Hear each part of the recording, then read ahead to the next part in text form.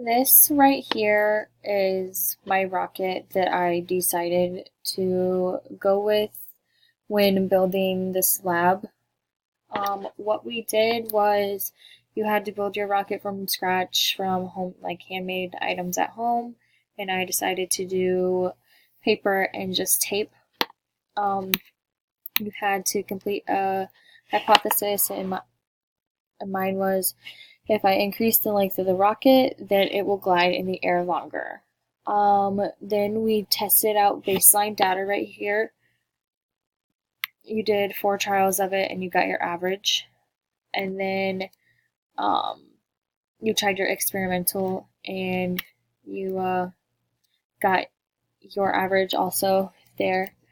Another thing that we had to do was explain how our rocket pertained to the 3 laws, and my rocket pertained to the first law by because when my rocket is sitting still, it is actually still moving. Also, when the rocket is on the launch pad, it is the balance force. Perhaps when the rocket is just on the table, it is the balance force. It pertains to the second law because my hand is also the force reacting on the rocket, making it go forward.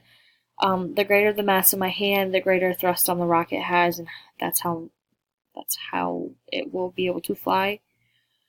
The third law, for the third law, my rocket is at rest, and when I get ready to blast off, my hand is the reaction to the rocket moving forward. Therefore, my hand is the reactor, has a greater mass than the rocket, so it does take off faster.